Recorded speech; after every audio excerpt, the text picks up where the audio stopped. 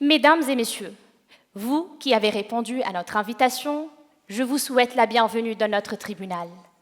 Aujourd'hui n'est pas comme tous les jours. Nous abordons une affaire judiciaire qui sort de l'ordinaire. Écoutons bien. À La Réunion, où sévit une épidémie de dengue, plus de 100 personnes infectées ont été hospitalisées pour avoir perdu la vue. C'est grave, surprenant et surtout du jamais vu.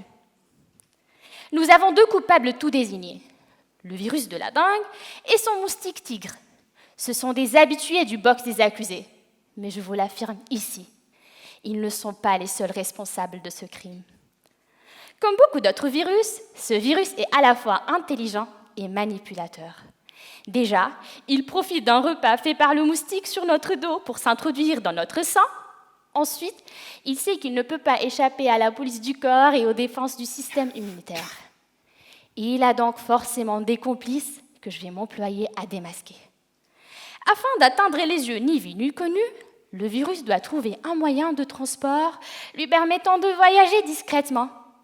Il s'avère que les camionnettes de la Poste sont idéales pour cela. Oui, vous ne le savez peut-être pas, mais en plus de la police, nous avons des agents postaux qu'on appelle exosomes.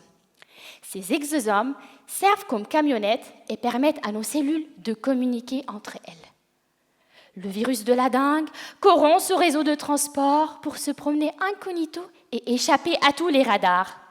Ces camionnettes exosomes détournées transportent à la rensu les complices du virus. Comme les adresses de livraison sont multiples, les exosomes naviguent dans le sang et peuvent atteindre les endroits les plus étroits, comme les petits vaisseaux qui entourent et protègent nos yeux. Afin d'arriver à destination, les exosomes utilisent leur passe-partout et franchissent sans encombre toutes les barrières. Le virus et ses complices se retrouvent dans la place, quasi sans surveillance, et peuvent ensuite, en toute impunité, abîmer les yeux des personnes infectées. Vous l'aurez compris, je ne suis pas procureur, je suis virologue. Mon travail est d'explorer les exosomes produits en cas d'infection par la dengue. Pour ce faire, j'infecte mes cellules par ce virus, j'extrais les exosomes et je regarde leur contenu. Pour le moment, j'ai pu montrer qu'ils transportent effectivement des parties dangereuses du virus. Et c'est suffisant pour vous les présenter dans le box des accusés. Mais ce n'est pas tout.